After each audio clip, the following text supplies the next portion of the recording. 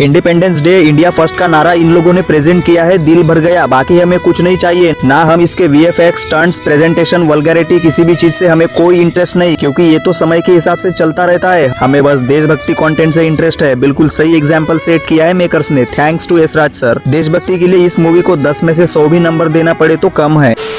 Spy वालों की हमेशा एक खासियत रहती है, वो लोग अपनी पुरानी यादों को ताजा करके चलते हैं। बस यही वो प्लॉट उठाया है वॉर 2 के साथ। फिर भी आप कंफ्यूज हो रहे हो तो मैं आपके सामने खालिद को रखना चाहूंगा। वो ढेर सारा पसीना बहाकर टीम में ज्वाइन होता है, कबीर के साथ मिशन में लड़ता है, दोनों में एक स्ट्रॉन्ग कनेक्शन हो जाता है। लेकिन स्पाई वालों का मतलब ही होता है जासूस, तो बस उसे धोखे से फंसाकर मार दिया जाता है। देन प्लास्टिक सर्जरी, फिर ऋतिक वर्सेस टाइगर में मारधाड़, वॉर 1 का चैप्टर क्लोज। अब यही से कुछ पॉइंट्स उठाए गए हैं ऑडियंस का सिर खुजाने के लिए। अब यहाँ भी NTR को कुछ इस तरीके से कबीर के साथ शो किया गया है, जिसमें NTR का फुल स्वैग के साथ इंट्रो आएगा, फिर वो खुद को साबित करने के लिए किसी मिशन में जाएगा, तोड़फोड़ मचाएगा, कबीर के साथ मिशन करेगा, फिर कबीर के अपोजिट होगा, फिर कबीर के साथ होगा, और भी कई ऐसे ट्विस्ट है। लेकिन इसके आगे बताऊंगा तो आप मूवी देखना बंद कर देंगे। सबसे बड़ा प्लस पॉइंट है मूवी में डाला गया एक्शन, जहाँ 100 में से 200% हर ऑडियंस को यही पॉइंट सबसे बेस्ट लगा। लेकिन मैं आपको बता दूं इसकी स्टोरी के बारे में, तो शायद सुनकर आपको लगेगा पूरा स्पाई यूनिवर्स का ही तख्ता पलट गया है। मतलब हमने सोचा था स्टोरी लाइन में कुछ बवाल होगा, कुछ बड़ा लाइनअप दिखेगा, लेकिन अब क्या ही बोले, वही हरकत, स्पाई का मतलब जासूस। हाँ, तो कबीर की एंट्री होती है जापान में, डोले शोले फुल पर्सनैलिटी के साथ बढ़िया तलवारबाजी चलती है। लेकिन जापानीज टेररिस्ट है, और टेररिस्ट का दिमाग तो शातिर रहता है। ये लोग कबीर के आतंक को कंट्रोल कर लेते हैं, देन उस पर एक ऐसा प्रेशर देते हैं, और वो प्रेशर देने वाला कौन है बताऊं? चलो बता देता हूँ, वो है कली। अब कबीर के पास सिचुएशन कुछ ऐसी है, या तो कर्नल तबाह हो जाए या फिर इंडिया तबाह हो जाए। ऐसे में कर्नल के अंदर देशभक्ति का जुनून तो सवार होता ही है, इसलिए उनकी फर्स्ट चॉइस रहती है इंडिया फर्स्ट, और खुद देश के लिए शहीद हो जाते हैं। और एक टाइम के लिए पूरी दुनिया की नजर में कर्नल का हत्यारा कबीर हम सबको लगता है। फिर बाप के बदले की आड़ में काव्या मतलब क्यारा आती है, कबीर से दो हाथ करती है, जबकि उसके चड्डी से नहीं बनता तो NTR को भेजा जाता है। और बस यही से शुरू होती है ऋतिक वर्सेस NTR की बैटल, जिसमें जबरदस्त एक्शन सीक्वेंस डाले गए हैं। ये फाइट वाकई हाई लेवल की लगती है। इसमें नॉर्थ ऑडियंस और साउथ ऑडियंस को पूरा एंजॉयमेंट दिखता है, लेकिन जो दिखता है वो होता नहीं, और यही तो स्पाई वालों की खासियत है। मतलब ट्विस्ट पे ट्विस्ट लाना,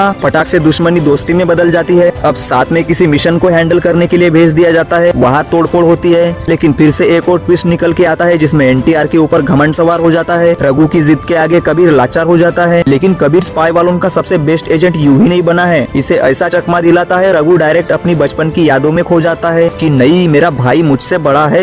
जी हाँ, मूवी में इन 2 बेस्ट एजेंट का बालपन भी दिखाया गया है, जहाँ ये लोग फुटपाथ पर रहते हैं। हालत बहुत ही डामाडोल रहती है, लेकिन कर्नल इनको उठाकर ले आता है, ट्रेनिंग देता है, एक बढ़िया सोल्जर टाइप के रूप में खड़ा करता है, और इन दोनों उम्मीदों पर खरे उतरते हैं। अब एक को बचाना पसंद है तो वही दूसरे को ठोकना पसंद है। ऐसे में कर्नल की नजर में रघु ठोकने की आड़ में इनसे इग्नोर हो जाता है। अब बचपन के फ्लैशबैक में चलती हुई स्टोरी प्रेजेंट में आती है, और ऐसी गुलाटी मारती है कि गुलाटी को ही रघु ऊपर का रास्ता दिला देता है, और उसका ताज हड़पना चाहता है, क्योंकि जिद्दी बना इसके अंदर कूट कूट के भरा रहता है। और लास्ट में रघु के इस भारी घमंड वाले अवतार को एक झटके में कबीर उतार देता है। फिर से दोनों आपस में मिल जाते हैं, और कली के सभी गैंग्स को कबीर और रघु मिटा देते हैं। तो इधर काव्या और मिस्टर अनिल कपूर, इन लोगों का अलग ही मिशन चलता है। ये लोग भी धुआं उड़ा देते हैं। देखो, वॉर 2 को हर कोई इग्नोर कर रहा है, बट मैं सपोर्ट करूंगा, क्योंकि जिस तरीके से इंडिपेंडेंस डे में इंडिया फर्स्ट का नारा इन लोगों ने प्रेजेंट किया है, दिल भर गया। बाकी हमें कुछ नहीं चाहिए, ना हम इसके VFX, स्टंट, प्रेजेंटेशन, वल्गैरिटी, किसी भी चीज से हमें कोई इंटरेस्ट नहीं, क्योंकि ये तो समय के हिसाब से चलता रहता है। बिल्कुल सही एग्जाम्पल सेट किया है मेकर्स ने। Thanks to Yashraj sir. बाकी कुल्ली के साथ इसका क्लैश चल रहा है। वॉर 2 अपने आप में बढ़िया फिल्म है, इसे जनरेशन के हिसाब से बनाया गया है, क्योंकि यंग ऑडियंस इससे ज्यादा इंप्रेस होगी, और इसका प्लस पॉइंट एक्शन ही है। बाकी देशभक्ति के लिए इस मूवी को 10 में से 100 नंबर भी देना पड़े तो कम है। मिलते हैं अगले वीडियो में। बाय दोस्तों।